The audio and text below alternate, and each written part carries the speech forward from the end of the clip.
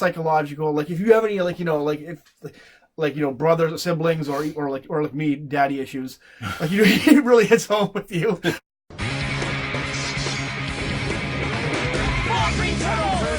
Changed to mutants by an ooze. Found on the floor, raised by a rat. Now they're ninjas, how about that? Check it out, another one found. Made our way to Chinatown. With the rest, yeah, that makes 5 Ninja Turtles, now they're live.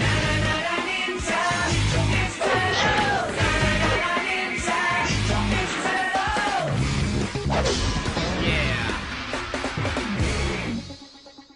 Cowabunga! Now, really quickly, I can't stress this enough. Really quickly, we're going to talk about kind of a sequel to the original trilogy, which was Teenage Mutant Ninja Turtles. I'm making my hat all disconfigured here. It's making me angry. The Next Mutation. This was a live-action TV show on the Fox Kids network, done by Saban. I remember when this first came out, I was so excited, and then, like I think I might have been high school or maybe junior. No, high school I think it was. This was kind of pitched by Laird and Eastman, who they wanted to do a fourth Ninja Turtles movie, and they wanted to introduce a fifth Ninja Turtle named Kirby, who was named after Jack Kirby, who they were all big fans of, and he was basically kind of like the long lost turtle who was a little more mutated than the other turtles, who eventually ended up becoming Slash. I think in the cartoons or the comics and the toys. But in this one, they wanted the fifth turtle, and the studio told them, we're going to do a female turtle. And Eastman and Laird were like, no. And the studio was like, well, we're not doing it then. And they were like, okay, because we like money.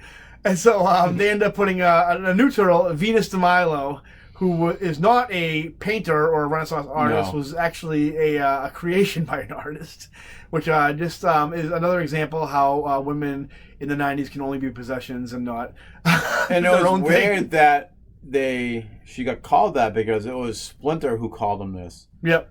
And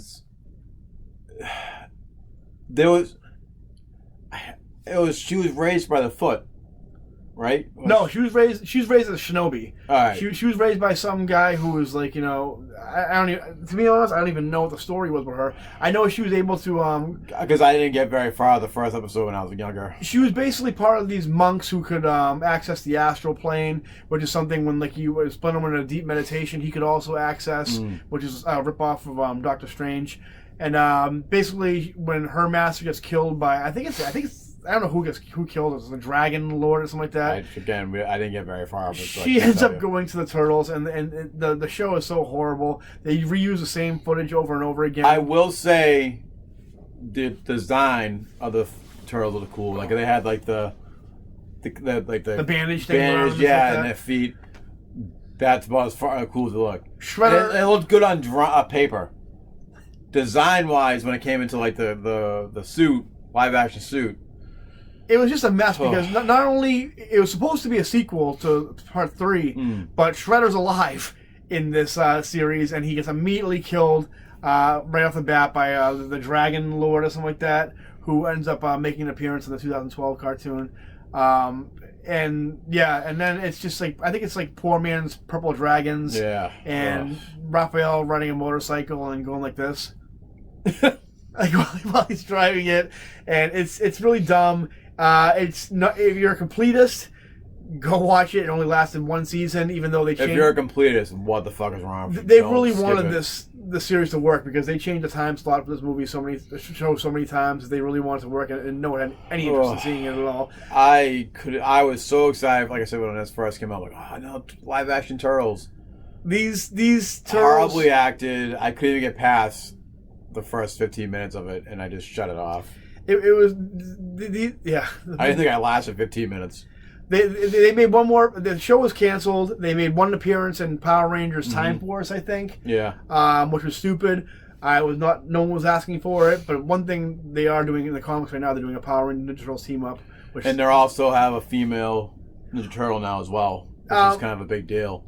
Real quick, I'll say, in the comics right now, they have a female turtle coming out right now. Well, she already came out, named Jenica, who was the story, how it works is she's basically a Ninja Turtle She-Hulk as far as the origin goes.